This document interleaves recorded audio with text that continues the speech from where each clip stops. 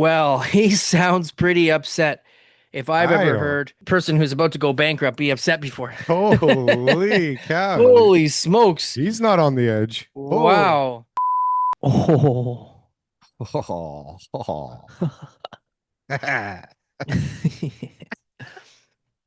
Okay, what are we doing?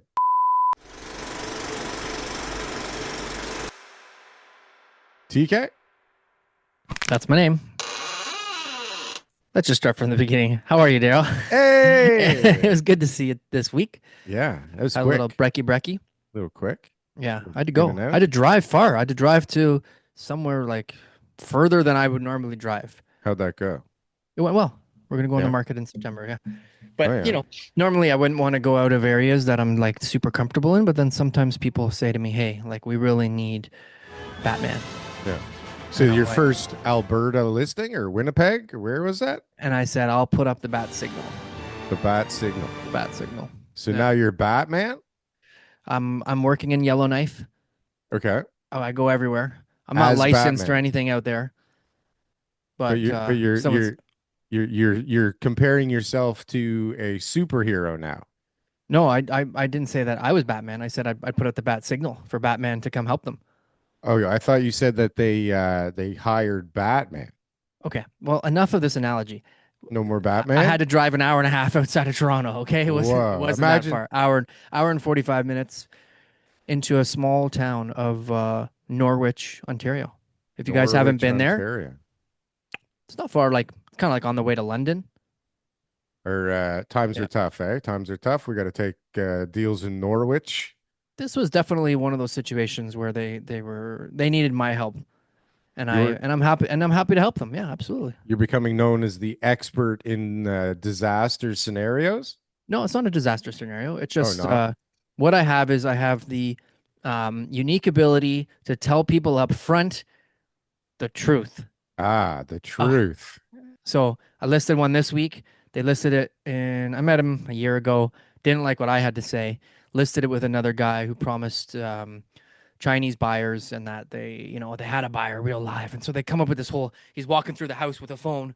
He's like, "This is my buyer. He's gonna pay $2 million for your house, right?" And some of the guy's like, "Wow." He's like, "This guy's got a real buyer." So of course they list, and then it's like, "Okay, we got to drop the price. Okay, we got to drop the price. Okay, we got to drop." And it's just like over and over and over again, right? Trying to Hmm. get them to come down from like a price that never existed. And so finally they fired that guy and said, "Okay, TK, you told us the truth from the beginning. Let's get it listed." So we got that listed this week. We'll see how it goes. Guys, please hurry. You have to hit the subscribe button or else TK said he'd run me over in his $464,000 2022 Lamborghini Aventador SLP 740. Please. And then I got another appointment tomorrow, no, this weekend, which is again situation. Didn't like what I had to say in a tough spot. Listed with the other agent, the friend. He lists it too high and not the right way. And of course, they're not getting any showings. So they're saying, "Hey, what do we do?" And It's I said, "Well, amazing. you need to meet with me, but you got to have a cancellation first. I can't talk to you unless if you guys are listed." So they got a cancellation, and I just booked the appointment half an hour ago.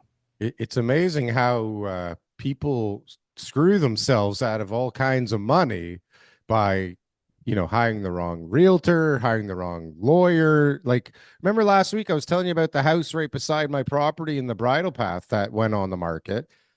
That guy just sold for like $1 million less than he would have had if he sold it to me, and he would have already been closed by now. But because he didn't want to give me the terms that I was looking for, that I got from the neighbor next door, this Hmm. guy lost $1 million, which is crazy. Like, just Yeah. absolutely nuts. So you And would have overpaid 1 million. well, I mean, listen, the way I orchestrated it is I ended up closing once it was zoned. So, I mean, they're buying raw land for $1 million less than I paid for zone land. This episode of the Under the Table podcast is brought to you by Shrubs.me. They say AI is taking everyone's jobs, and honestly, no one knows whose is safe. But here's the thing. When you own your audience, your content, and your brand, you don't wait for someone else to save you. You build your own future. Shrubs puts everything you create in one beautiful hub. More reach, more fans, more income. Shrubs.me, your future, your rules. And when you get there, I'll be right there with you, helping you thrive and grow. Right. So, It's a good way to look at it, Darryl. But what well, you're trying to say is you would have overpaid $1 million. well, I guess technically I would have overpaid, but that site, I dropped it also. Yeah. Like I had it, but I Not as dropped it. good. It's not as good. Well, it's got a problem with the front yard setback. Like, and it's a Mhm. site specific issue that the city wasn't like super willing to deal with before I had to go firm. So I was like, I don't really need this for my site to be good. Mhm. It's a, I wish I could have, but I don't need to have. Like I want to, but don't need to. But anyways, that guy fucked himself. And like you're saying, I mean, more time in the market right now is not adding to the price that you're going to get from a Nope. buyer right now, right? Nope. So yeah, it's pretty crazy out there. But yeah, I mean, talk about crazy, TK. I mean, I don't know if you remember, we talked about Well, it a little while ago. Well, actually, before I tell you the really bad, scary news, I want to make an announcement because I have some actual good news. I know.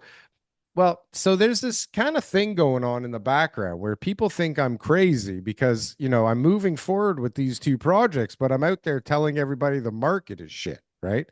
So, I'm not crazy. The market isn't one big thing, right, TK? Like the luxury market is definitely its own animal, and it is definitely not attached to the typical condo market or the purpose-built rental market. It's its own bloody thing.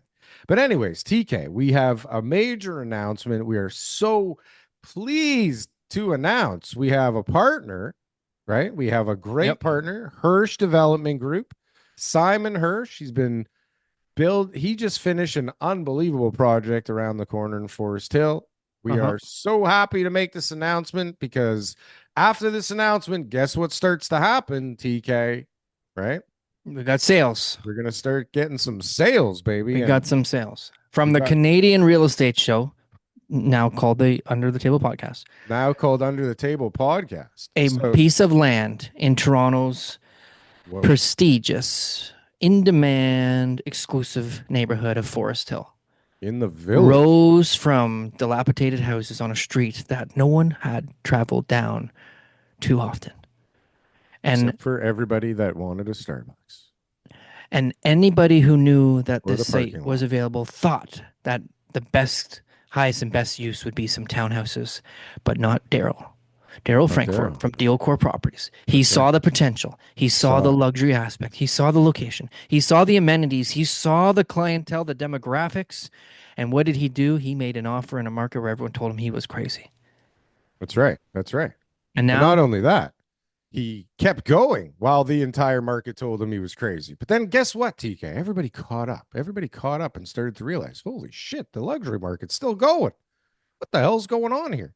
Anyways, beautiful. We're very excited. This guy is a custom builder. Each unit will be like individually tailored, bespoke, mind you, to bespoke.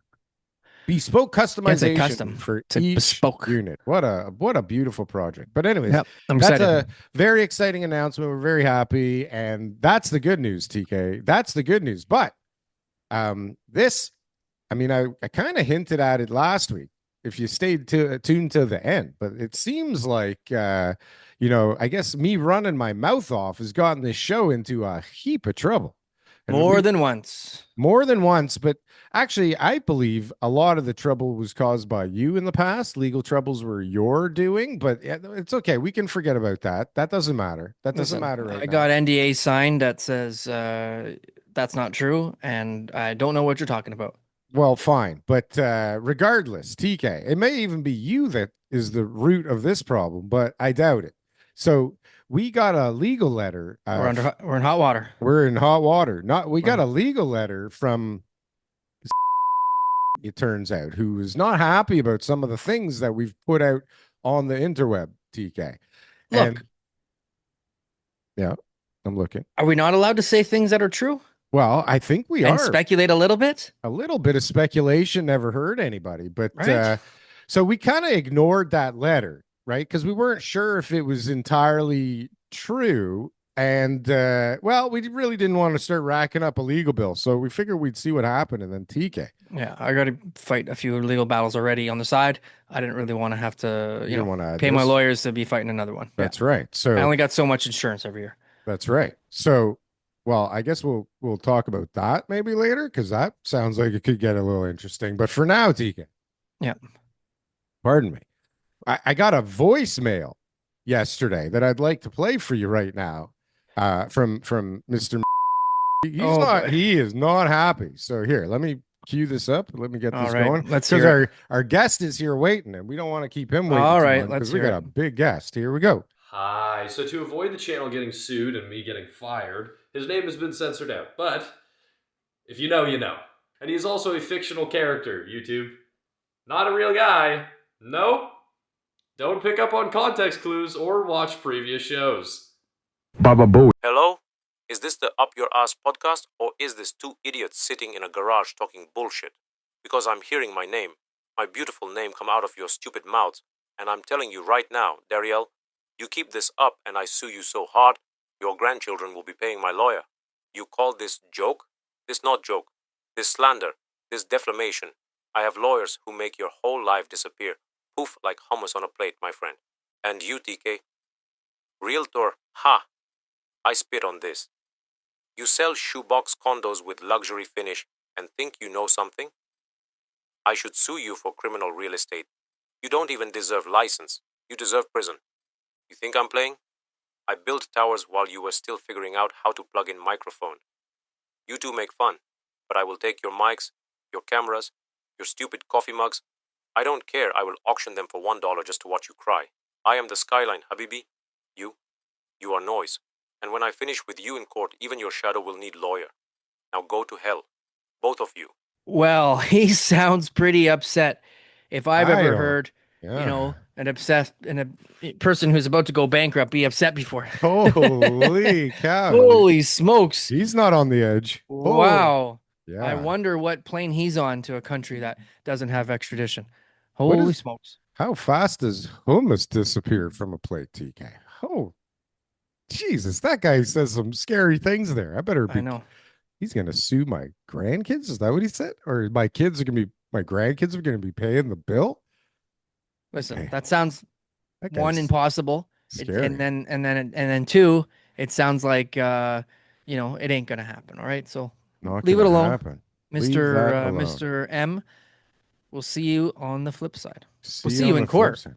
I guess we'll see you in court. Yeah. Screw Yeah. you, man. What the Yeah, fuck? this is the Undertable podcast. We can talk about whatever we want. Yeah, up your ass podcast, bro. Garage. We don't do this from the garage. We do Yeah, this from we're the in our basement. basements. God damn it. TK's mother's basement. Fuck. Jeez. Okay, ready? We got our guest waiting for us, TK. We don't want to I'm let ready. this guy wait. This is I'm a ready. big guest. I'm never not ready. You're never not ready. That's true. You are never not ready. Very excited to have Dr. Mike Moffett on the show. Hello there, sir. Welcome to the show. Howdy, howdy. Oh, Nice thanks to for meet- having me. Yeah, Hey, nice Mike. to meet you. Nice to meet you. Nice to meet you guys. Welcome. I like your background. What we got here? So we got Atari. Atari. Yeah, old school video game, computer stuff. Just needed something to cover up. It's all like black soundproofing tiles, so needed to put something color. there. Otherwise, Gotta get some color. Yeah, Love it. Yeah. Those are all the exactly. actual consoles. Those are all like at the they shelf. are. Yeah, Yeah. Cool. yeah, yeah. Way to go. In the 70s and Collectors. 80s. Cool. Love it. My first Love it. computer was a VIC 20. Oh, there we go. I don't have any of those up there, but yeah, same vintage. Oh my God, that was the best. I used to write little video games when I was like in grade 3 on my VIC 20. And that Oh, did that's funny. yeah, too bad I didn't stick with that, I guess. Right now I'm slugging it out real estate like a madman. Did we all pick the wrong career path, or what? Are we? We should've 20 years stayed in ago it was video the right. It games. was the right. It was the right career path. But for the next 20 years, is this the right one or what? Yeah, I mean, who knows? We'll I see. mean, I'm 48. I'm still trying to figure out what I want to do when I grow up. So, Yeah. we'll see. That's for right. you. Yeah, perfect. You'll fit in well on this show. That's for sure. Well, there you go. Well, why don't we give a little introduction, Mike, to the people who are watching and listening? Who are you? What you working on? And Let's hear a little bit about your background. Yeah, absolutely. So my name is Mike Moffett. I'm the founding director of something called the Missing Middle Initiative at the University of Ottawa. Our initiative is a bit of a play on words. So we do look at a lot of housing issues and missing middle, so-called missing middle housing. But also more broadly, Canada's declining young urban middle class. That the middle is, in our view, hollowing out in Canada, and we do a lot of policy work and research on how to bring them back. Obviously, housing again is probably the largest issue that young middle class Canadians are facing, but we look at everything from labor markets to childcare and so on. Great. Yeah, when we talk about the missing middle, really that's, we're always focusing on the housing. We're talking about like, mid-rise, low-rise. We're talking about, these type of Toronto-centric issues, right? Because Yeah. we're like everything just revolves around us and our housing problems.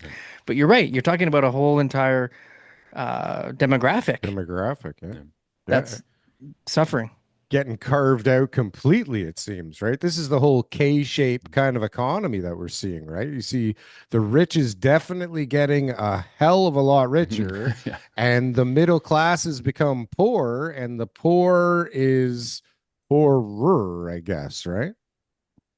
Well, there's certainly challenges, and again, a lot of it comes down to affordability. I look at this, this is going to make you guys and your viewers and listeners cry a little bit, but Oh, good. I Perfect. bought my first home, three-bedroom, two-story, single-detached home, brand new in London, Ontario, for $168,000, Whoa. which I thought was a massive. I was 27 years old, and I thought that was just a massive amount of money that I would never see again. And now, those homes, even in a place like London, Ontario, we're not talking about a place with an NHL team. You're looking at about 700 grand. And the challenge is that the younger millennials and Gen Z, they don't have the opportunities that Gen Xers like me had. And I think that's a problem. And, to go to this rich getting rich, poor getting poorer, that, we're seeing increasingly, the only people who can afford homes are getting a lot of help from their parents. So one of the things that concerns us at MMI is we are moving away from an economy where your success in life is determined by, as much as possible by your skills and your efforts, and increasingly towards an economy where it matters more who your parents are When and how wasn't much that they're the willing to case, help you though? out. But when wasn't that the case? Hasn't that kind of always been the case? Um, to a certain extent. So, it's always mattered. There's always been things that mattered. But, again, you look at that kind of $168,000 home in London, Ontario 20 years ago, you could have done that with parental help, and a lot of people did. Nowadays, that $700,000 home, if you're trying to get a down payment on it, it's really tough. So has it always mattered? Yeah, absolutely. But it's increasingly mattered, and the amount of work and effort you have to put in to get by with little parental help is certainly increasing. So, Mhm. we treat it as, we suggest don't treat it as a binary thing. The parental help has always been important. It's just become increasingly more important. How do you define the middle class? Like, what are the sort of areas that you look at to say, hey, that's what a middle class person would have? Is it income? Is it net worth? Is it like, what is it? Yeah, it's a great question. There's a lot of different ways of defining it. Operationally, we basically carve out income wise, we carve out the top 10% of incomes in a family sense, which is usually families over about $250,000. But we should note, even in the GTA, family could earn, in the high twos and still have issues, right? Isn't that And then carve crazy? out. Oh, it is. Yeah, no, it's absolutely messed up that, you can have you know two, a couple, each earning like 125, 150 grand a year, and they still feel like they're just getting by. So we carve that out, and then we carve out like the bottom 20%, because their issues are different. From a housing point of view, they're always going to need some support, whether that be social housing, rent vouchers, what have you. Mark is probably never going to cater to that area. So we're largely talking about the sort of 70% in the middle.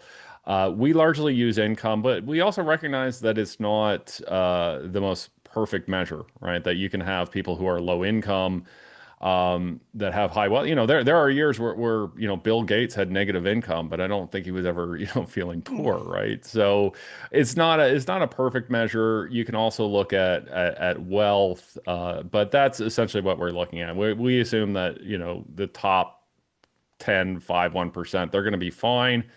And then for the bottom 15 to 30%, there's a lot of good think tanks and organizations worried about issues around, deep poverty and so on.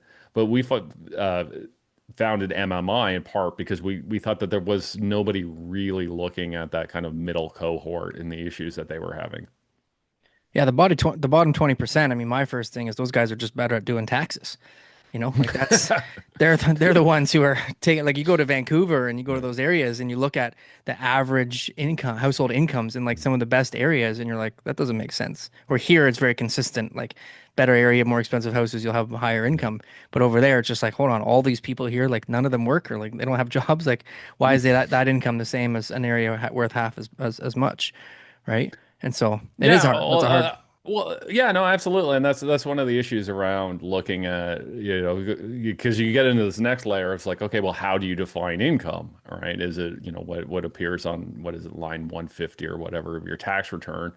And yeah, you're right that you have some very high wealth individuals and even some high cash flow individuals, that their taxable income is zero or negative. So it's not a perfect proxy. So we're kind of looking at this, from an income point of view, but also wealth, also lifestyle. But yeah, absolutely, that you can have two people with close to zero incomes living very, very different lifestyles.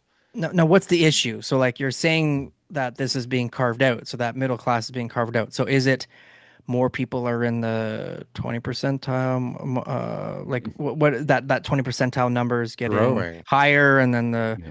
10% one is getting further away? Like, what Yeah. is it? So I think a lot of it is cost of living. So from an income point of view, things actually don't look all of that bad over the last, say, since about 1994 or so. That incomes have been growing for these groups, and even relative to traditional measures of inflation. The challenge is that a lot of the things that you want to buy are no longer attainable. And that's, again, the sort of things like the price of housing, where, someone like me, I could buy a home for $168,000 in 2004. And, wages not adjusted for inflation, but wages are up about 50% since 2004. Challenge is, home prices, are not 50% higher than they were 100, back then. It's not, we didn't add $80,000 to the price of that home. We added, something closer to five or 600,000. So Yeah. a lot of it really comes down to issues of affordability, and that's primarily a housing issue. It's primarily housing, but I mean, like, go to McDonald's now, right? Oh Like, no. just me and my son go to McDonald's and it's $50. Okay. Now my son eats like a bloody horse, but Yeah. it's crazy. Like, it used to be Mm. anybody could afford to go to McDonald's, right? You were poor, you were rich, it didn't matter. You could afford McDonald's. It was under $5 for God's sakes, right? Probably under Yeah. $4 back when we were kids. Now Mm. it's absolutely insane. And yeah, when I think back, maybe minimum wage was like 6.85 or something when I was Mhm. a kid, Yeah. $7. Now it's doubled to 15 or 14, whatever it is, 16 right now. But Yeah. like you said, housing's gone up 5, 6 times, right? It's Yeah. housing and food. I mean, who believes the actual inflation numbers on groceries, for God's sakes, right? And then you go to the restaurant and they just, Yeah. I don't know what's going on. And now the tip is 20%, 18%. So like you go Starts out, at 18 and then goes up to right? 30. You Yeah. feel like a dick if you give 18 now, Yeah. right? Yeah. It's Yeah. so crazy. So now your So, meal is yeah. automatically 20% more than before you even walked in the door, right? All this stuff, I don't know who in the like I that's the middle class. They can't even Yeah. afford McDonald's now, right? With 200,000 plus salaries because they're just skimming by Or they can only afford McDonald's. or only afford Oh, yeah. McDonald's. So Mike, we'll layer this, okay? So you guys are Yeah. Yeah. identifying this middle class that's becoming, pushed out in a sense, into poverty Yeah. or Closer get rich or to. die trying. Yeah, Um, so I would actually reframe that. okay, I would reframe it as it's worse. You're still middle class, but middle class is a shittier experience now. Right, it okay, all sucks. right. Okay. So your middle class Yeah, experience is not the same as we all grew up with, right? exactly. Yeah. What Yeah. has made it that way? So what are the factors that have led to housing prices and other inflationary forces? Great What happened? question. Yeah, Okay. yeah, Great yeah, question. absolutely. So we get into the housing thing.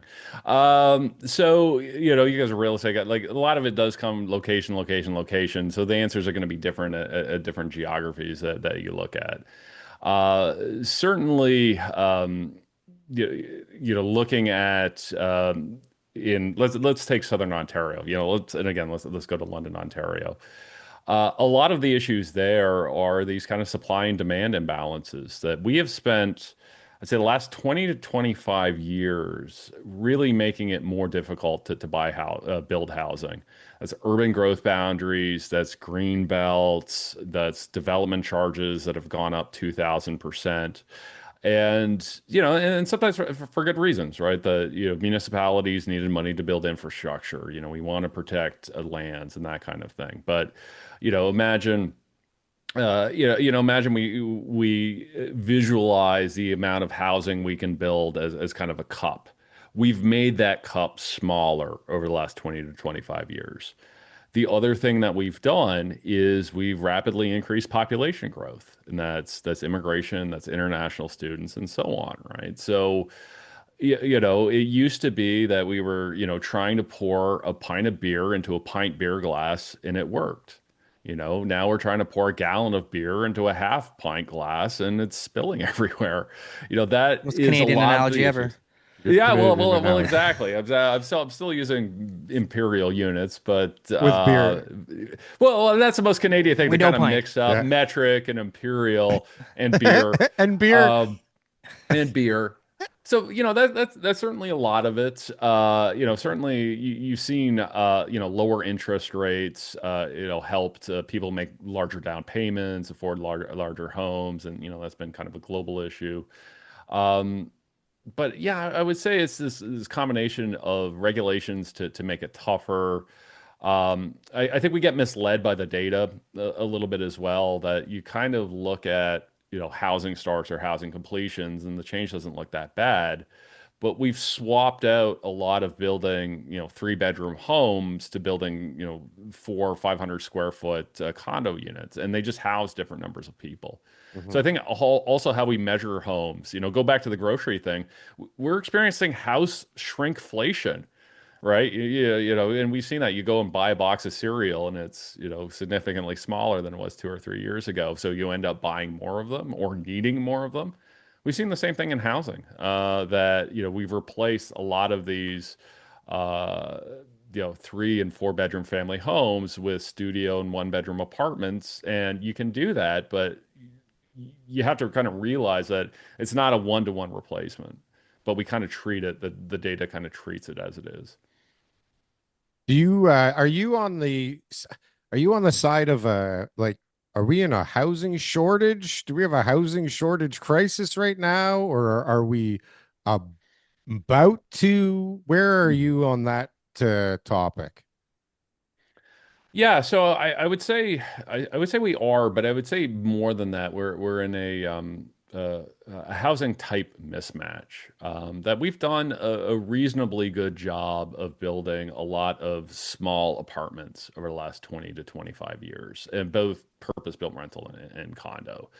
And you're seeing, you're seeing a lot of unsold inventory, and you guys would know the numbers better than I would. But we've got, in my view, a massive shortage of single family homes. And, and that could be any variety. I'm not just necessarily talking single detached, it could be townhomes and so on. And we've got to a point, it's this weird kind of economic dynamic where there's a lot of need for these homes, a lot of people in their 20s and 30s who are kind of cramped in an apartment or they're living with their parents or whatever, who can't afford those family homes, and developers and builders can't afford to build them just because land prices are too high, approvals processes are broken, development charges are through the roof, and so on. So yeah, I absolutely do think we have a shortage, but one of the things I always point out again is that we can't treat like a unit as a unit as a unit, right? That there are some types of housing we're doing pretty well at. In some locations, I think I would even suggest we have a surplus, but we have really not built a lot of kind of child-friendly housing over the last 25 years or so. So I like how you started with like utilization, and I Mm, look at it like we have a efficiency issue more than a mm, supply issue, mm, right? I think the total number of bedrooms is mm. sufficient in Canada to me, the way I Yeah. look at it. So Because I know a lot of clients of yeah, mine yeah, who are living in four-bedroom houses with one or two people yeah, and two bedrooms in yeah. the basement. Yeah, so there's an allocation issue as well, and it actually is one of the reasons why we had the shortage in the first place. Is that when municipalities are deciding how much land to set aside for housing, how to zone, and so on, they make this assumption. They have to make assumptions around who's going to move in, who's going to leave, that kind of thing, and they make this assumption on something called generational turnover, and that's basically old people leaving, either downsizing or leaving in a box The or other what way. have you. Yeah. Yeah, the other way. Yeah, exactly. Or maybe moving to Florida. Who knows? And they've continually overestimated the rate at which older people would leave their kind of suburban homes, which is helped contribute to this planning crisis. So absolutely, if you could kind of wave a magic wand and go, okay, grandma, you're getting out of the four-bedroom home, zap, you're in this condo, and then, this one-bedroom condo, and then zap the family in the one-bedroom condo, you can kind of magically take over the four-bedroom home. That was TK's Um, idea a few months ago. I yeah, think it yeah, involved yeah, guns instead of yeah, yeah, wand, but it was the same Yeah. yeah. premise. A little bit Yeah, of well, it doesn't. Little It muscle. doesn't. Yeah, and it doesn't. Tends not to work too well in a capitalist society, and I am genuinely grateful for that. And maybe it's just I don't want to get kicked out of my home. we But do have there's that expropriation though, so it's we do have yeah, but I think at the end of the day we got to realize that older people are going to live where they want to live. It's their property. At the end of the day, they can do with it what they wish.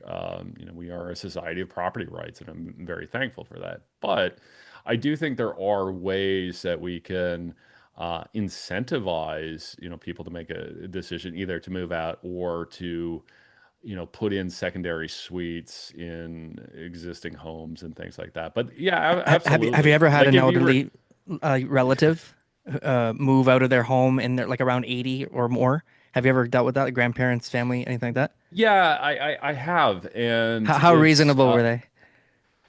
well, it's not only reasonable, but you also see them often, particularly if they have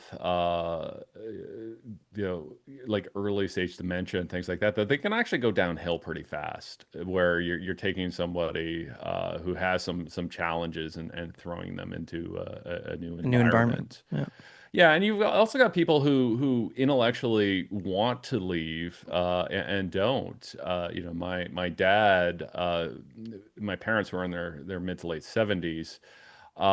He's been threatening to move out for the last 20 years and he never does it. And they have a a suburban 4 bedroom home. And the reason is they just look around and they're like, I don't see anything better. Like I can downsize, sure, I can move into a condo, but like I want to be able to barbecue on the patio They're and they're you know, contributing to I our housing shortage. It's them. I It's them. suppose, but Right? I don't think we should have that expectation, right? Like I would hate to It's become impossible. Trust one. me. I know. I Yeah, know well, that what it's not I the solution, but that is you can imagine, right? When the baby boomers do turn over naturally, because I don't think there's Mhm, convincing them. I really don't. Whether it's No, good for them health wise or not, I really don't think they're going to mhm, move because there's an incentive or not. But mhm. no, you should have. possible. I think Mike's onto something. If you incentivize them properly, like they'll move. I mean, everybody's These guys tell me they're incentive going out in based, a box. They're telling me they don't care about money. but They're give them the adamant right about incentive. enjoying their life and Mhm. barbecuing.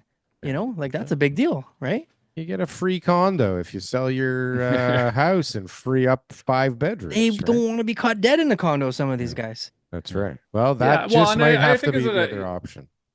yeah, well, and I think it's, we can't generalize because I think there are those people like, yeah, Sure. you're gonna you have to drag me out of here, and then others who'd be like, yeah, you know what, I'd be, willing to if the price is right or the options were right. But yeah, I tend to be of the view that yeah, we should try and create seniors friendly housing in the neighborhoods that they want to be in, and I think that will help. But I think we also have to be realistic about how far that gets us. And, it might not be, for 15, 20, 25 years until those homes free up. And then even when they do, I'm actually a little skeptical that they'll even necessarily go on the market. I think a lot of those people will leave them to their grandkids. In which case, if you're one of those folks who don't don't have grandparents like that, that we might not be seeing the flood of inventory we're kind of expecting in the mid 2040s or whatever time frame we're looking at. So But people that's go well, ahead. Well, I was just going to say, so people are, I mean, clearly you look around these days, it doesn't seem like we have a crisis on our hands of Mm, undersupply, right?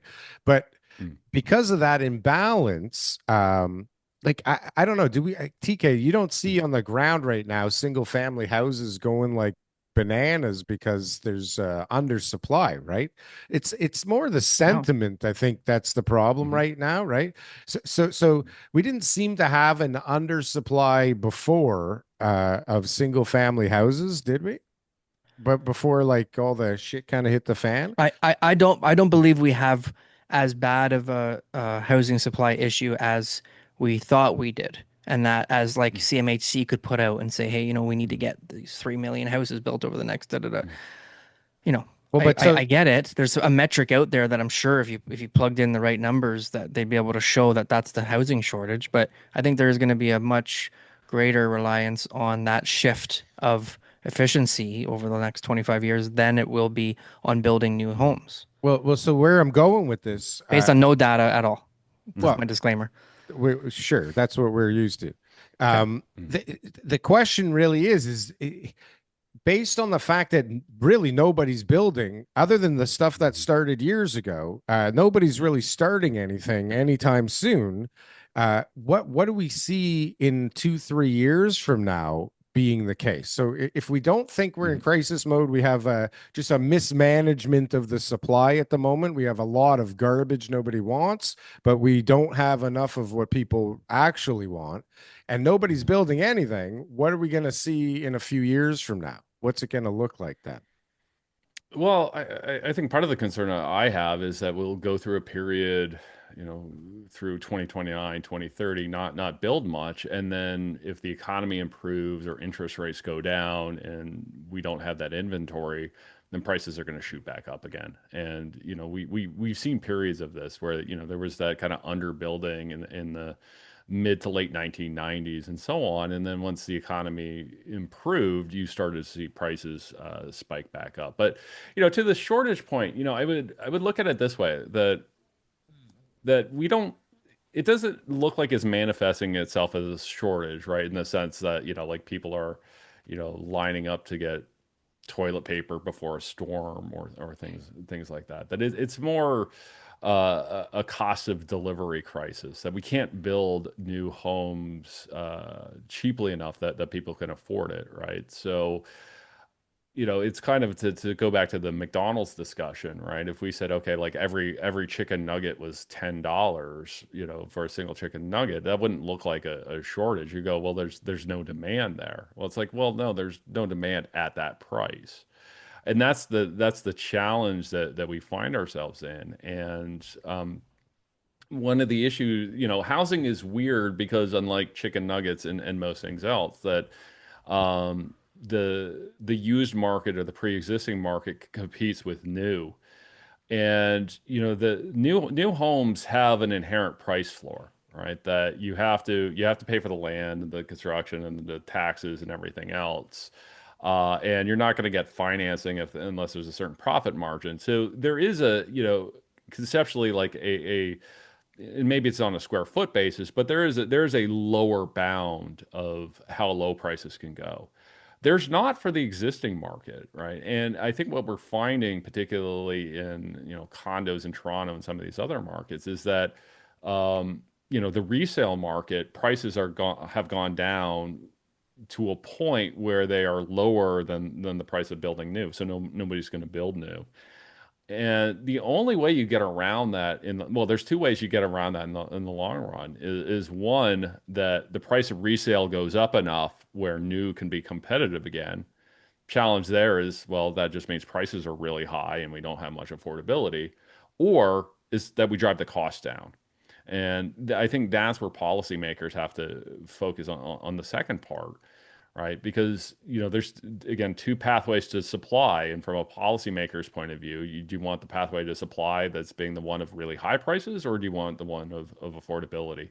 My view and the view of MMI is that we do want supply, but we also need to make sure that supply is attainable to the middle class. And So so that's kind how of like the third part, right? That's like, hey, we got a Yeah. problem. Mhm. This is what it is. It's a affordability crisis. Now, okay, what caused that problem? Mostly supply and demand, higher Mhm. construction costs, things like that, taxes, levies, Mhm. land costs. What's the solution? This is like your guys' thing. Like this is Yep. like you guys Yep. are the best at this. And what's the solution, right? Like where Yep. where do you guys see the gaps that are going to get us to where we need to be to at least bring a little bit more balance back in? Yeah, it's a great question. So, first thing is taxes. Again, when I bought my home, development charges were under $5,000. They're now in London 47,000. Some places in the GTA they're up to $200,000 a home. That's just untenable. We got to get those down. so There's dumb. no way around. Well, It's it cheap. is, and not only It's more than your and to first think. house. It is more than, yeah, development charge. If you want to build a single detached in parts of the GTA, it was more than I paid for my entire house. And it's even worse than that. And this is what people don't get about development charges. Because development charges are paid by the developer at the beginning, they have to pay them when they get their building permit in most jurisdictions, though Ontario is trying to change that. Okay. So you're building some project, could be a high rise, could be single detached, whatever. As a developer, you are paying those development charges and financing them with a construction loan. So you're paying interest on that. The developer, if they obviously want to get financing, they also have to build in a profit margin on top of those development charges, or else they won't get financing. Then those development charges, the interest, and the profit margin then enter the final price. So the buyer's paying for that. And then for the privilege of paying for all that, you get to pay a 5% GST, an 8% PST, a 2% land transfer tax, and if you're in the city of Toronto, another 2% land transfer tax. So you take, even it's a condo, might be an $80,000 development charge in the city of Toronto. After the construction loans paid and the margins paid, that 80 grand turns into 110 grand. Then you're layering 17% of PST, GST, provincial land transfer, federal land transfer on top of that. So it's not just that we have all these taxes and charges, but they compound on each other, and you get these taxes on taxes. Yeah. So that's the number one thing we need to look at. Approvals processes is another one. They take too long. We have to be realistic around land use, and we have to tie that to immigration, right? We have to understand if our population is going to grow, our land use is going to grow. There's no way around that, right? And we have this idea that we can keep growing the population. And to be clear, I support immigration. This is not saying, hey, let's completely close the border. But what I am saying is that our immigration policies and our land use policies have to be aligned. They can be aligned up here or they can be aligned down here. But if immigration's up here and land use is down here, the system's going to break. So it's all about this, alignment of policies. It's all around having sensible taxation, avoiding tax on tax. Like it's one thing, like let's say I'm the mayor. It's one thing for me to ask you guys if you're building a new home or buying a new home. It's like, hey, could you kick in some bucks for the new library? But why am I charging you GST on that? You are helping finance an asset that helps the entire community. Why am I placing a consumption tax on you for that privilege? So crazy. It's so crazy. What's even crazier is now that things are calming down, we have all these policy changes. We have all this attention on policy changes and development charge changes, and things are happening, and nobody wants to fucking use them, right? Because they don't make any sense financially right now. You see people posting, and I've talked about it before. I mean, you could give me the land for free in a lot of cases, and the deal still sucks, right? Doesn't make any money. So you have this new policy scenario. You have nobody building. We see down the pipe, there's probably not going to be enough when the time comes, once we absorb all this garbage that's sitting around.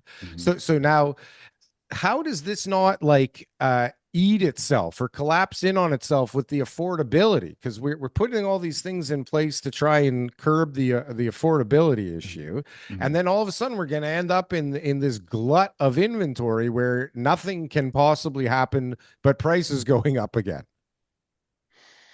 Yeah, well, I would say that glut of inventory, I think, is mostly a high-rise condo thing. I don't think we're going to see it on purpose-built rental, though we might. Housing starts on purpose-built rental have been going through the roof. There's going to be a lot of inventory coming online in the next few years, so it's possible that there is a bit of a bubble there. But yeah, I don't think you're going to see it in low rise. I still think the demand is out there, or the need is out there.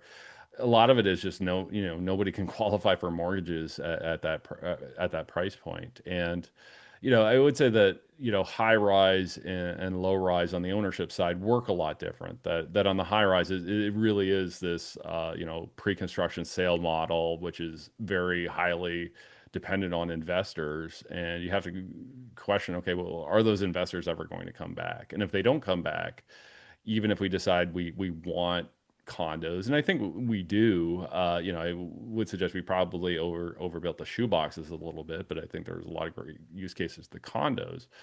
How are we going to finance them if we can't rely on investors to get us to 70% of pre-sale? I don't know what the answer to that is, but I think it's that's the kind of trick. thing the policymakers should be. Yeah, I think it's the kind of thing the policymakers should be asking themselves. And we've been going the other direction of saying, no, we actually want to limit that through foreign buyers and other restrictions. So I also question that even if the economics start to make sense on condos, I don't know if they get built, because I don't know if you can hit 70% pre-construction. Yeah, who walks back into I that same I hope. scheme, right? Yeah, exactly. I hope condos, like we've just kind of, when you look at all the phases of condominium, like, because you kind of look at the phases, like it's like, okay, there's like some in the 70s, and then like late 80s, early 90s, there was a little bit, and then they really weren't building a ton of condos until well into the 2000s, right? Where you had like these rushes. So I think I hope the condo rush is kind of over.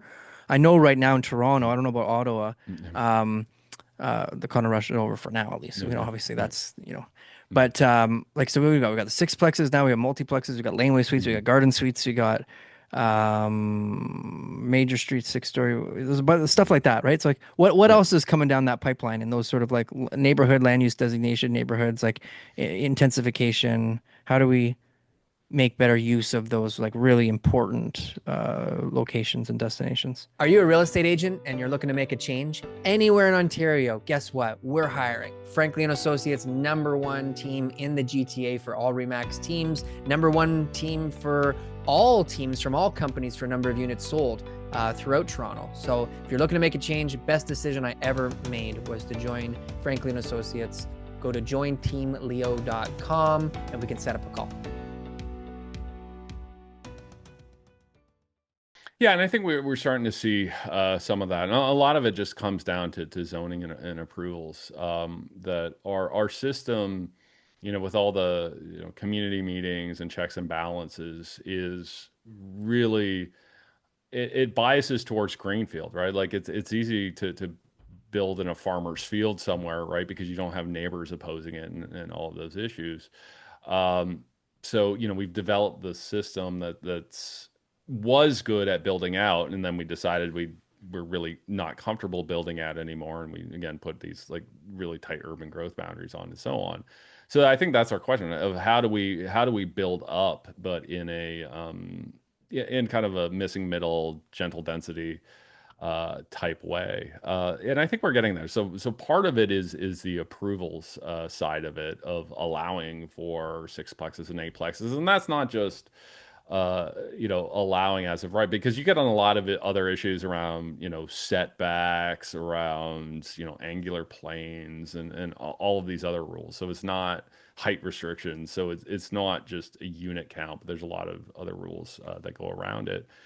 And then the other challenge is the financing side. Like we don't really have that many great, financing mechanisms for these fourplexes and particularly fourplexes that you can go to CMHC and get ACLP apartment construction on a 5-unit project, but even there, there's when you go to CMHC and get funding, there's a certain fixed cost and time doing that, right? So it's not faster to get a 5-unit building built than a 50-unit building built, right? So if you're building larger, it's just you're kind of amortizing that cost over a larger number of units. So I think those financing issues are a thing. And the other thing I think is a thing that we haven't really thought about much as a society, but we should start to, is those types of multiplexes and so on. They're really hard to build on an ownership type model, right? Where if you build a single detached or a duplex, it's really easy to kind of assign ownership. And yeah, like on a duplex, you have a shared wall, and there's ways around that. And if you want to build a larger, townhome, high rise, you just build it as a strata. You have a condo board and so on, but can't really do that on a sixplex. Like nobody wants it like a 6-person, like every person who owns a unit is on the condo board, right? So It's not so I what we're think there's used to. that challenge. Yeah, yeah. So I think there is this challenge as well, where people not just don't just want a home, but a lot of people want an ownership home, and we don't really have great models for the finance and governance of missing middle ownership type housing. It's funny you say that. So I had a meeting yesterday with some guys who are definitely not real estate guys. They're more Bay Yeah. Street guys. And, Mm. they are throwing around the missing middle word a lot, and they're trying to solve it. And I'm telling them, at least from my perspective, that the numbers just don't make bloody sense. I don't understand where people are making money on these little things. And then, you know, I want to ask you, because you said at the Mhm. very beginning of the discussion, you said so-called missing middle. And so Mhm. I wonder Yeah. what you meant by that, Yeah. because Yeah. I don't agree with these little fourplexes and ADUs or whatever they're called, like granny suites. Like, this is not missing middle. This is tiny little waste of time, if you ask me. Uh, but I know that people don't agree with me. I don't understand why, like, how it makes financial sense to build these little things. Like, I get that maybe you can get a return of 5% or some whatever the cap rate is, but like, there's no money to be made. Like, Yeah, well, it's certainly hard to replicate, and particularly since these things are built in as infill. And one of the big challenges, and like every lot size is different, so it does require a certain level of bespoke, right? It's not like you're building out, at the edge of town and you're building a bunch of townhouses or whatever, and it's a little bit easier. So, I do think we need to be realistic around how much we get. I do think it is going to be an important part of it, but I don't think you're going to have the big scale developers doing a lot of it because it is such bespoke work. Every lot is so different. The issues are so right. different.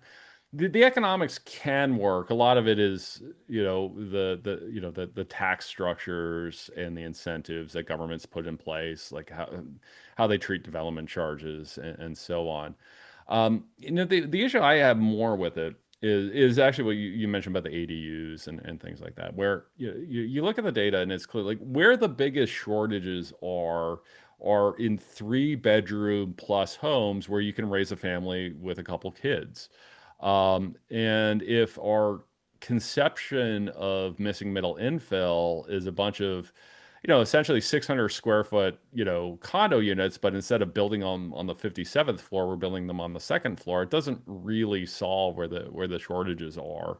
Again, unless we can convince grandma to move out of her 2,000 square foot single detached home and into one of those, doesn't really solve the shortages. It has important use cases for sure, but I think what we really need to be focusing in on is how do we get more housing for families with kids because that's at a price point that they can actually afford.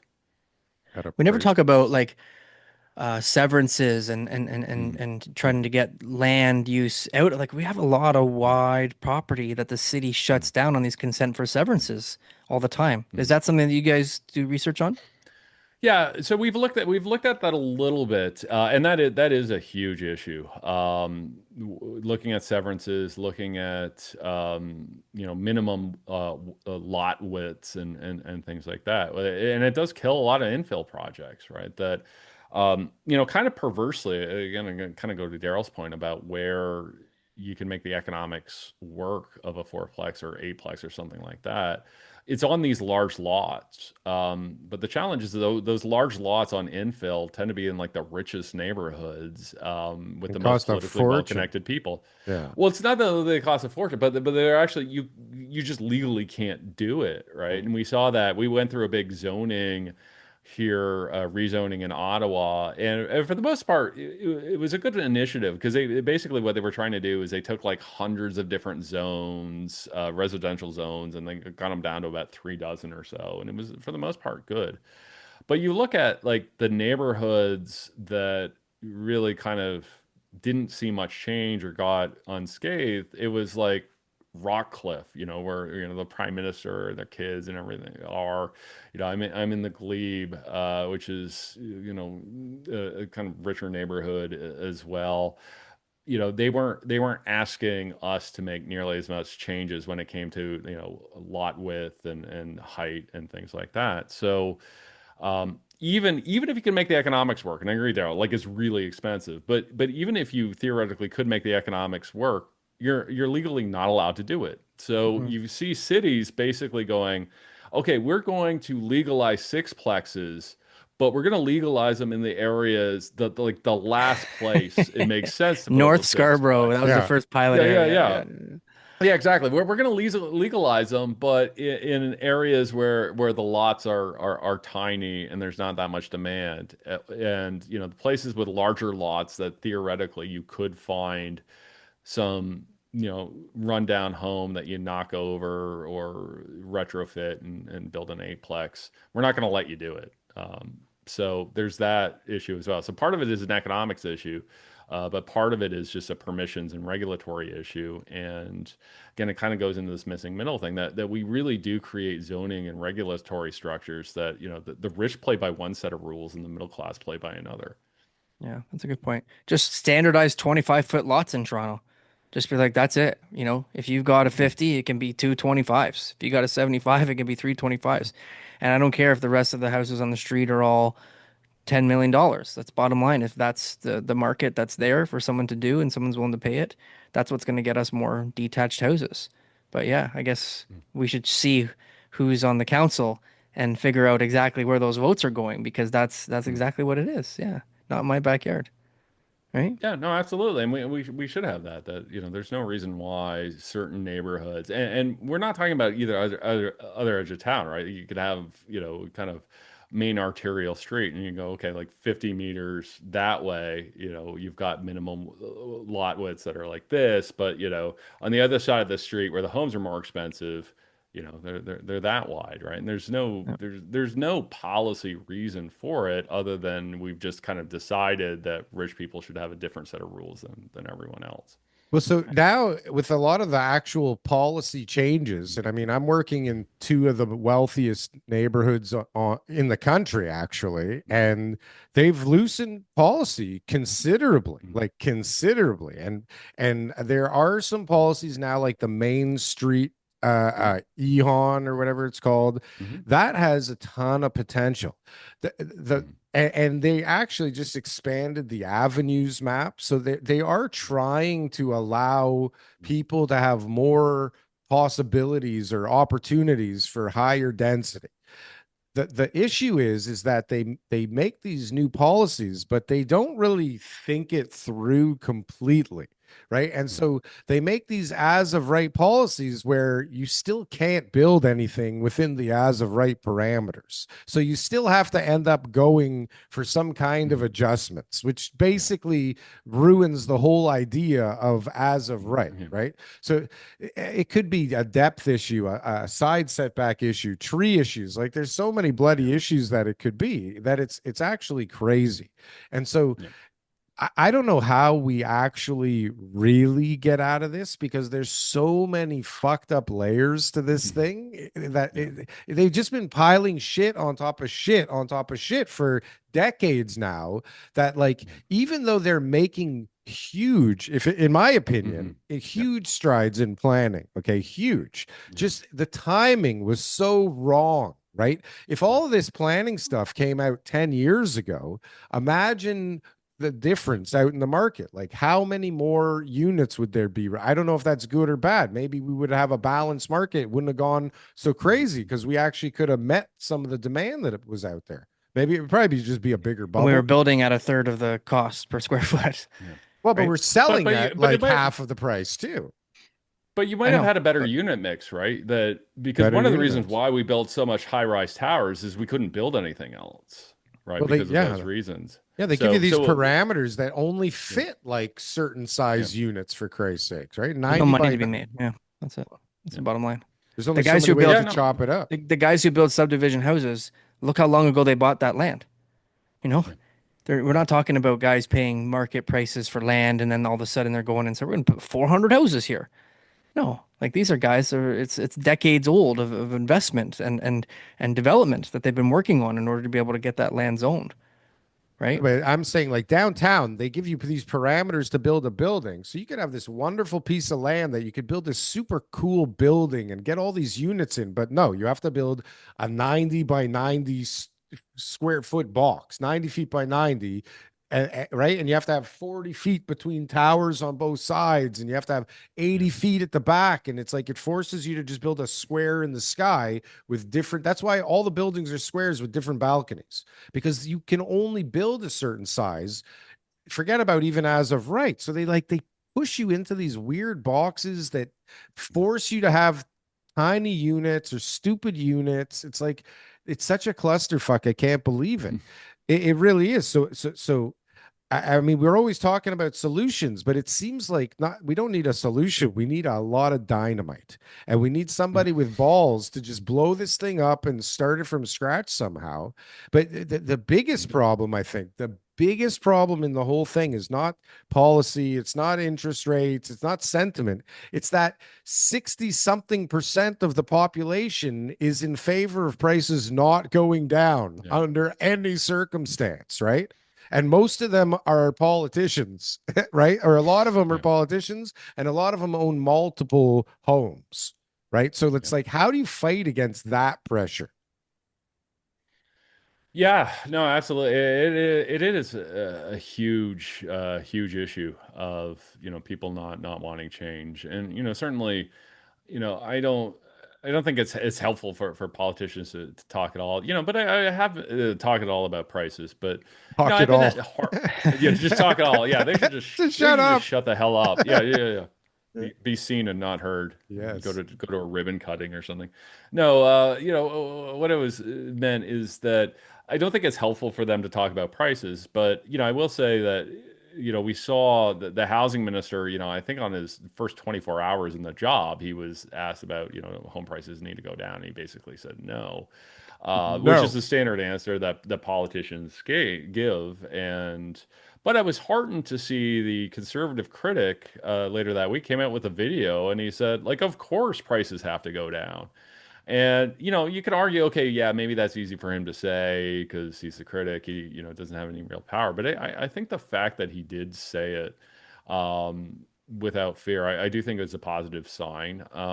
I do think there are a bunch of us out there who are homeowners who, on the one hand, be like, yeah, I like the fact that, that home I bought 20 years ago is worth significantly more. But, we're also parents, right? And I've got kids that, I'd like, one day for them to leave To move and out, yeah. go buy a place of their own. And I'd also like if, the bank of mom and dad were kept to a minimum. So I do think there are people out there. So, I think that can be overcome. I think the bigger challenge that we have is just a risk averse society, and we layer everything on. Because if we look at the housing issue, aside from the population growth part, but if we just look at the housing issue, it's really not that much different at the end of the day than the issues we have building pipelines or building large infrastructure projects or building a highway to the Ring of Fire up north that we've talked about for like 25 years and never actually done. We have just we built so much red tape in the system that we can't get things done, even if we think that they're positive things. So I think that's the core issue. And I again note that, I tend to talk about this as a housing thing, but if I were studying how do we get natural gas pipelines built, or how do we get, improve our port capacity, you run into the same problems as if you were trying to build a sixplex. Yeah. Interesting, yeah. So really governments, over governance, over taxation, right? Lack Mhm. of financial tools. Like they talked about that for some of the mining, right? So some of our mining, like Mhm. our biggest, most precious natural resources, right? We can't get funding in order to be able to build these massive plants in order to be able to extract these minerals out of the ground. And so it's like financing is a huge issue. Like I'm sure we've got a way to put on a show and make all the housing we need and all. It's just we're not Dubai. And when you go and look at what they do, like when we're talking about land and restrictions, did you see what they did in the middle of the desert? What Right. do they have? No taxes, no government interference, unlimited financing. No, they do have government interference and government financing. That's what allows it to happen. The guy, the prince, goes, boom, I want the Burj Khalifa right there. Make it happen. Let's Yeah. go. Right? And He all of a says, sudden it boom. makes sense. It gets built and everybody's happy and they look at it afterwards and they go, wow, that's great. I saw something in Vegas the other day that was built that was $4 billion. Nobody's even walking in it right now. Like they've got this ability to be able to do stuff that Canadians, and not just in Toronto and not just the major cities, but really coast to coast, aren't able to coordinate in order to be able to have us as citizens benefit from. And I think that that's Well, something that yeah, well, I will give Canada a positive a positive example of where we were able to do that. And over the last 10 years, you look at purpose-built rental housing starts. I mean, it's been exponential growth. Now, again, I would argue that, from because of other zero. restrictions, well, I mean, it was low. It wasn't quite zero. In the 1990s it was, but over the last 10 years, it's gone up about 4x. Again, the unit types, we've had some issues because of other regulations, but you look at this exponential growth.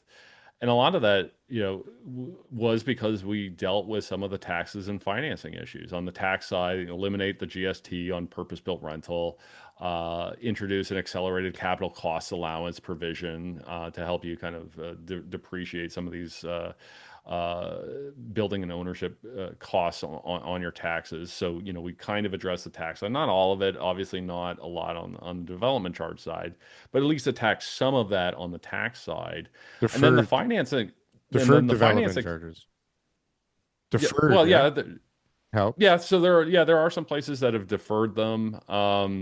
So there have been places that have found ways to lighten the load and development charges. And then on the financing side, it's been CMHC's ACLP program, which has been a massive success. It, again, hasn't perfect, and I know developers will grumble that they keep changing the criteria, and there's challenges on when they tell you when you find out what your interest rate's going to be, your ability to lock in. So it's not a perfect program. There are challenges, but what the federal government did was kind of come to the table and say, like, hey, we will provide this financing. And we have to note that it's essentially no cost to government, right? Because they are lending at rates that are higher than what they pay on their debt. So basically, it's done is allow developers to borrow at something that's not government bond rates, but it's closer to government bond rates, and access this financing. So there are ways to do it in Canada. We don't necessarily have to be Dubai. And I would say the purpose-built rental shows that if we attack the tax side and create these financing vehicles, we can get stuff built. Now, let's attack, the building code, the zoning, and all these other issues so we can get some really nice buildings. But it's at least a start and at least a success story we can point to. Yeah. I don't think it's sustainable though, based on what I know right now, right? Based on the rent that they're collecting in this market, the cost of construction that they've been paying over the last few years, the cost of the land that they've had to pay. So I'd be surprised how many of those institutional owners and buyers will continue to build Mm. under the current like situation that we've got right now, right? Which is again something that it's been able to increase the amount. And I don't know if you know these numbers or not, if this is something that you guys study. We've got a lot of applications out for purpose-built rentals. Yeah. I asked this question to our guest last week because I'm not familiar, but most people that I talk to, like very few people are getting that CMHC financing. Most Yeah. people, for some reason or not, it's not as beneficial to them to use it, or they don't qualify for it, or the project doesn't make sense, whatever it is, but they've got a reason. Yeah. What do you see? I mean, like, do you think a lot of these applications that are out there for purpose-built renters, obviously a lot of condos that have been put on the back burner because you can't sell them right now, so they've got to be converted to purpose-built rental. My guess, no data whatsoever, just based on anecdotal stories and hearing, is the majority of these planned purpose-built rentals won't be built anytime soon. Yeah, and that's certainly possible. And when we say this is has been a success, when we look at the data, we're largely looking at housing start data, which is a bit of a lagging indicator because, for something, again, kind of wonky technical points, that for something to be counted as a housing start, it's not when the shovel goes into the ground, but it's when the foundation hits grade.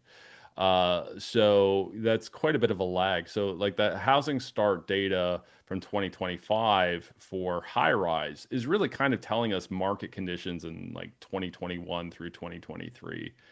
So I wouldn't be surprised if, and I'm not making a prediction, but I'm saying it's certainly possible that we might see housing starts on purpose-built rental peak in 2026 and 2027 and start to move in the other direction because the economics don't work, combination of costs and interest rates and the fact that, we have seen rents have gone down over the last 12 to 18 months due to a combination of increased building and also just lower demand because our population isn't growing as fast as it was a year ago.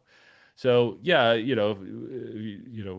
have this conversation in 2030, and we look at the data, and it went down quite a bit near the end of the decade. That wouldn't shock me at all.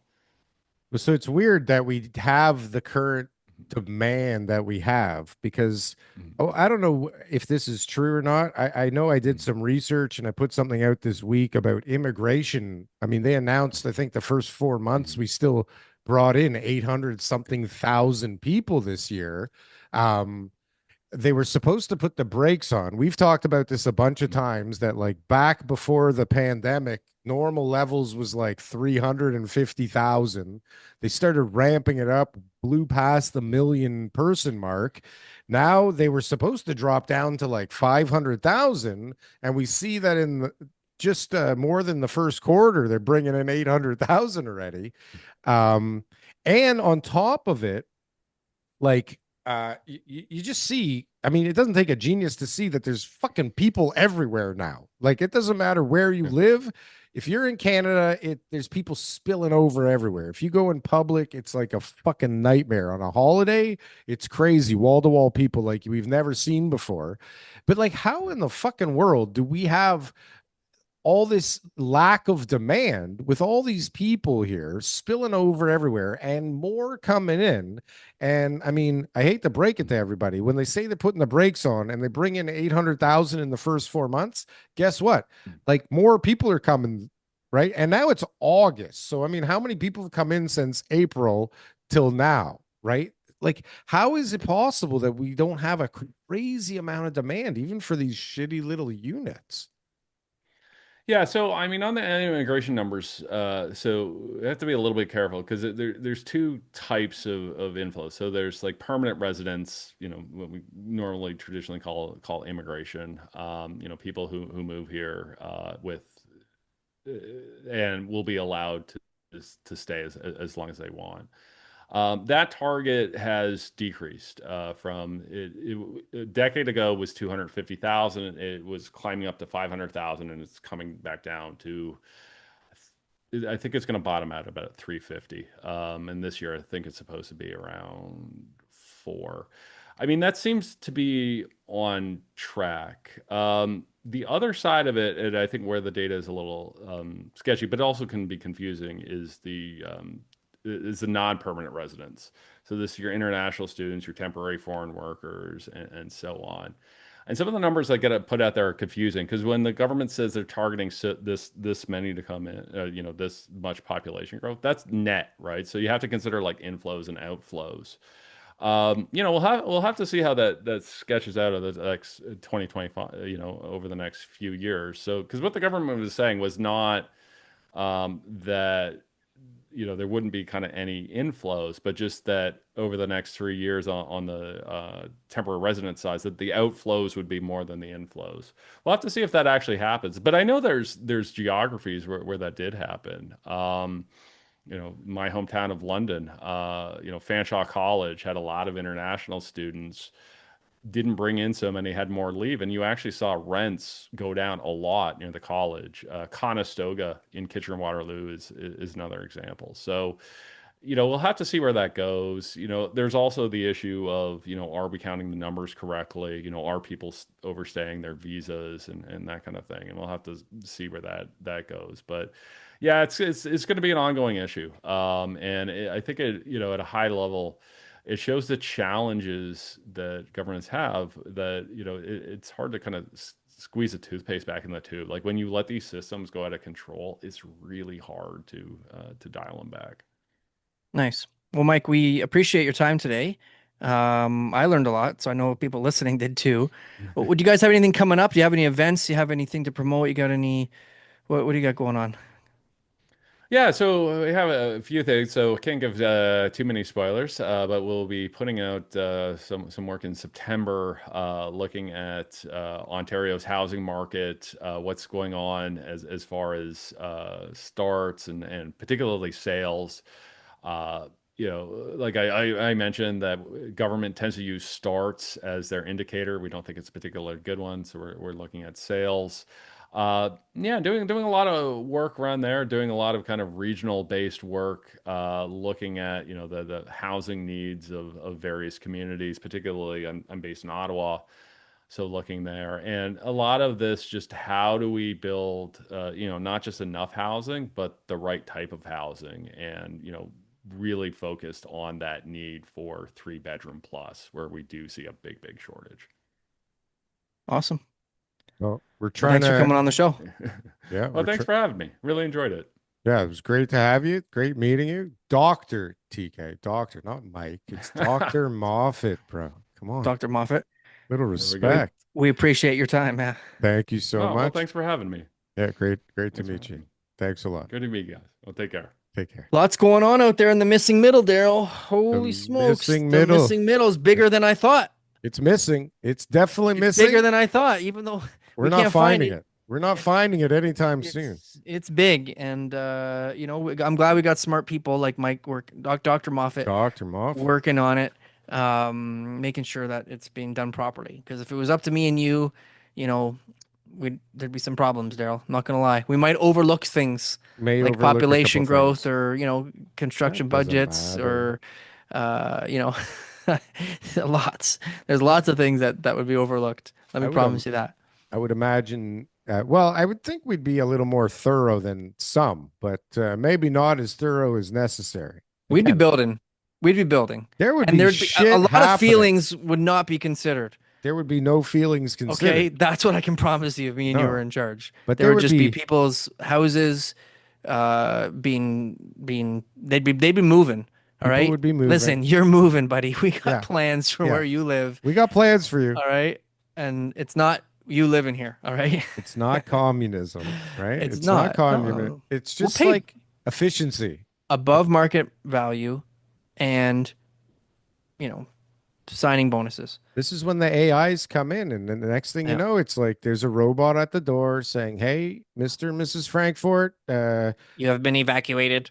we really, we know you love Please- your home, but Please take your possessions. yeah, get the fuck out of here, because we got You a have lovely 1 bedroom for you down 5 by the minutes river." to evacuate the property That's right. before termination. You have 10 seconds to comply. Yeah. 9. Listen, it sounds harsh. It sounds whatever. 8. But the truth is, this is the way a country develops, And that, Devolves. you guys might call it communism. You might say, well, this is whatever. Fascism or any other type of political system that you don't agree with. I get it. But what we're doing in Canada right now? Like, is this the way like we want it? Like, this is like basically socialism. Like, this is what everybody wants. Like, this is can we not all just get together and eventually say like, hey, maybe it's not working out the way that we hoped it would, and that we should consider other options and try to figure out what's best for everybody, like what's going to happen in 30 years. Right?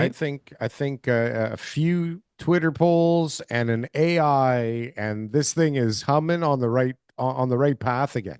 Yeah. But it takes somebody with some real vision, some real cojones, and somebody that doesn't care about pissing off basically everybody, right? For the good of the people. Yeah, right? it's either TK? everybody votes to get things done. Like, we're just like, all right, pipeline gets built, yes or no. Everybody go on your phone and press yes or no. So then it's like, we all agree that, but sorry, lady, but we voted. Pipeline's going on your property. Fuck off, lady. Or one guy at one party, one system Send in is the just robots. making those decisions, and that people can't say no. It's going to be like, we voted that person to be able to make those decisions. If we and voted, that our lives are in their hands, like we gotta pick one or the other. if we voted, Yeah. if everybody agrees, okay, that we're doing this here, it's like Yeah. the minute the vote's over, the robots come in and start doing it. So That's it. if it's like, look, we all voted. There's no Sorry, appeals. Mr. and Mrs. Butler, everybody voted. Like, you have to move right now. It's automatic. Just get the fuck out. Like, this is That's just it. how it works. Yeah. Sorry. We're gonna Like, put you up somewhere nice. We're not gonna put you out on the street. We're gonna put you up somewhere nice. yeah. Yeah. We'll get you a flower bed. Don't worry. Don't worry about it. Yeah. Just get the hell out because we need the space. But I then know. you like listen, just that move alone, you probably solve the entire shortage or crisis if there is one. We don't have Whenever one. there is one, we We don't don't have have one. one. Dr. I Moffat basically told us we don't have one. we don't have He one. even, because he's got to be very politically correct and everything else, but Why? even he was talking about there is going to be segments that we probably have too much. Like we probably have too many of one type of condos in certain neighborhoods, and Well, that it's we may never need to build those ever again, or at the least in our lifetime. the rest of the country is building and doing really well. It's like Yeah. Ontario is in the Yeah. shitter and Vancouver and everybody else is kind of chugging along again, which is kind of Exactly. crazy. Purpose-built rentals in Saskatchewan, Edmonton, like No overbuild, no they're booming. overbuild, no They're ready to go. overbuild on People tiny are shit living in those houses. that nobody wanted. Like Yeah. they didn't do it. Well, Yeah. first of all, Saskatchewan, like just nobody wanted anything, so they didn't build and they didn't have a problem, Yeah. right? But that's another part Winnipeg, too of our inefficiencies. yeah, we're not spread around. Like we haven't like we're very concentrated, right? We're very I have a concentrated. Are you finished burping? Would you like to talk? Yeah. I have a client who just told me that he's moving to Sault Ste. Marie. Okay. Okay. I got another client who told me that they're moving to Alberta, Yeah. right? But these Like, are people that fucked up here and are in trouble and have no, to the one figure guy's something going out. for an amazing job in Sault Ste. Marie. Oh, I'll bet it's great. What kind of job you got in Sault Ste. Marie? Honestly, if I told you, you'd be like, okay, that's a crazy job. That's But a I can't crazy say it because job. that's like his personal stuff. But Right. yeah, I get it. yeah. Yeah. So it's like, this is the reality is like that people are going to become more accepting of leaving the big cities and moving to these other areas that we always deemed as being like, oh, who would want to live there? And people Right. move to Toronto and like I meet I work with people where they're like, yeah, I come from like this town I've never heard of before. That was their lifestyle growing up. And then they moved to the city because it's like bigger and better. And I'm like, why? Right. Why didn't you Why? figure things out over there? It was much better over there. Yeah. Well, You know? because everybody wants what they don't have. This is part of the Yeah. programming. If you were Yeah. if you were content, like I don't know what life would look like, but that's probably pretty imagine actually being completely content. I know you're gonna say you are TK. I know No, that I'm you're not. I'm thinking, not saying I am, I but I know am that like that's the attitude, Batman. I'm right? content. Happiness is not having what you want; it's wanting what you have. I Oh believe in shit. that. Yeah, Yeah. I know you believe in it, but like Yeah. forget about what I believe that I should have $8,000 billion in the bank. What is that actually? Is that like But 8 trillion? happiness, as soon as you get But I 8 don't billion, as soon doesn't as you get 8 happen. billion, you're gonna Eight want. thousand billion. I think that's 8 trillion. Okay, as soon as you get 8 trillion, you're gonna want 10 trillion. You're gonna want like the next number up. For Right. that. Because people So can't it's be happy or content, TK. It's yeah, in the exactly. programming. Well, that's what I'm trying to tell you. Happiness is not wanting what you, not having what you want, but wanting what you have. But TK, it's in the I've already got what I programming. got. I got everything I need. Look, this piece of paper, What do you do in that? Like, why this don't you paper. just lie there and breathe all day if you got everything you need? Why Well, don't you because just meditate I all enjoy day? maintaining all the things that I have as well. And in order to maintain Ah, those things, but just you got to work. And just then believe it. Just one believe day I'm they'll gonna not do maintain those it. things anymore, and then I'm gonna want to do other things, and I want to just make sure I have the financial means to be able to do it at that time.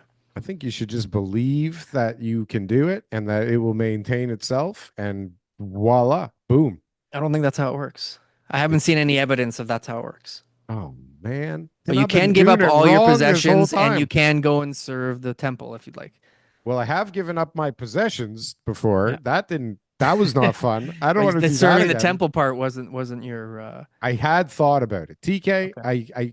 I You were remind heading towards the synagogue. I remind my wife many times over Yeah. our marriage that like honestly, like if I didn't have my wife and my kids, I could easily live by myself in a cave with, a box of craft dinner and a little bit of wood and something to start a fire, and that's all I need. Like give me a crate of craft dinner. How are you gonna buy the craft dinner?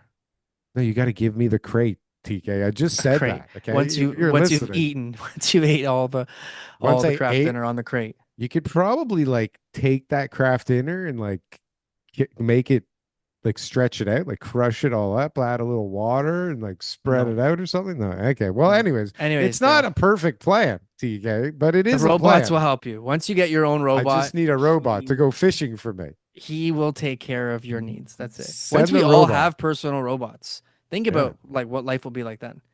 We have them. We have multiple No, robots. but I'm gonna be like, right now. okay, like today we're gonna go build a shed. Today let's go do the fence, and like you just go do stuff. And then the you're just like, details. hey, I don't know how to, It's build like a when fence. So it's like when hey, my wife says we're gonna do it, right? It's like yeah, we're gonna go build a deck right now. yeah. C3PO, go build the deck. We're gonna go build the But deck. you're there to like make sure things get done properly, and C3PO is telling you. Yeah.